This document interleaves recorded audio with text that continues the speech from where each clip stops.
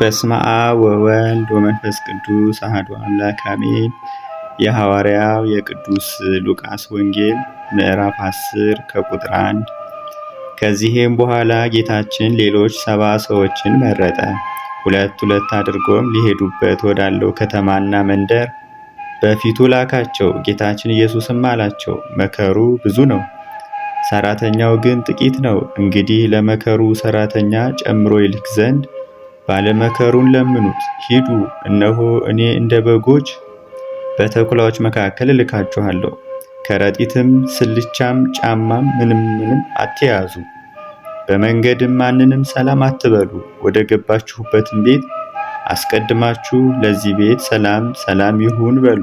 በዚያም የሰላም ልጅ ቢኖር ሰላማችሁ ያድርበታል፣ ያለዚያ ግን ሰላማችሁ ይመለስላችኋል። በዚያም ቤት ተቀመጡ፣ ከእነርሱም የተገኘውን ብሉ ጠጡም፣ ለሰራተኛ ዋጋው ይገባዋልና። ከቤትም ወደ ቤት አትሂዱ።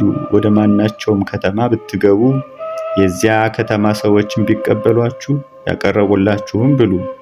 በውስጥም የሚገኙትን ድውያንንም ፈውሱ። የእግዚአብሔር መንግሥት ወደ እናንተ ቀርባለች በሏቸው።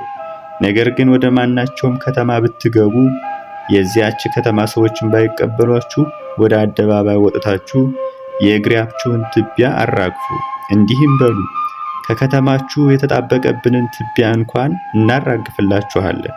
ነገር ግን የእግዚአብሔር መንግሥት ወደ እናንተ እንደቀረበች ይህንን እወቁ።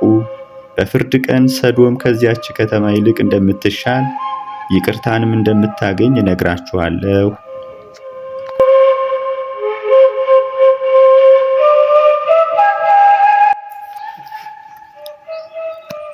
የሐዋርያት ሥራ ምዕራፍ 17 ከቁጥር 5።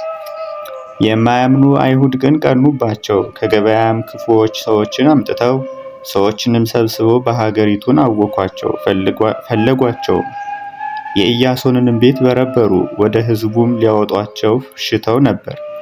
ባጧቸውም ጊዜ ኢያሶንን ጎተቱት። በዚያም የነበሩትን ጓደኞች ጭምር ወደ ሹሞቹ ወሰዷቸው። እየጮሁም እንዲህ ይሉ ነበር፣ ዓለምን የሚያውኳት እነዚህ ናቸው፣ ወደዚህም መጥተዋል። ይህ ኢያሶንም ተቀበላቸው። እነርሱም በቄሳር ላይ የወንጀል ሥራ ይሰራሉ፣ ሌላም ሕግን ያስተምራሉ፣ ኢየሱስም ሌላ ንጉሥ ነው ይላሉ።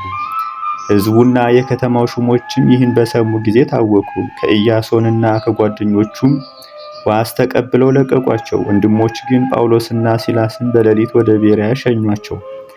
ወደዚያም በደረሱ ጊዜ ወደ አይሁድ ምኩራብ ገቡ። በተሰሎንቄ ካሉትም እነርሱ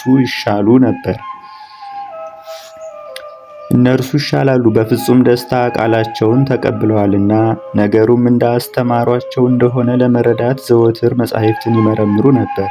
ከመካከላቸውም ያመኑ ብዙዎች ነበሩ። ከአረማውያን ወገን የሆኑ ብዙ ደጋግ ሴቶችም ነበሩ፣ ወንዶችም ብዙዎች ነበሩ።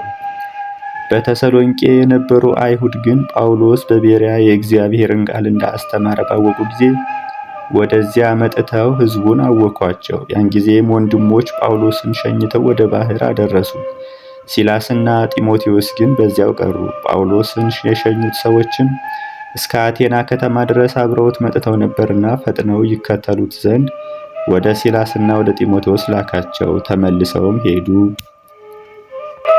የተወደዳችሁ ውድ ኦርቶዶክሳውያን የዚህ ቻናል ተከታታዮች ለዛሬ የነበረን የቅዱስ ቃል የቅዱስ መጽሐፍ ንባብ ይህንን ይመስል ነበረ። በቀጣይ ደግሞ እንደዚህ አይነት በየዕለቱ በቅዳሴ ሰዓት የሚነበቡ ምንባባቶችን አብረን እንድናነብ እንዲደርሳችሁ ይህንን ቻናል ቤተሰብ በመሆን እንድትጠብቁ እንላለሁ። እግዚአብሔር ይስጥልን። የነገ ሰው ይበለን። ይቆየን።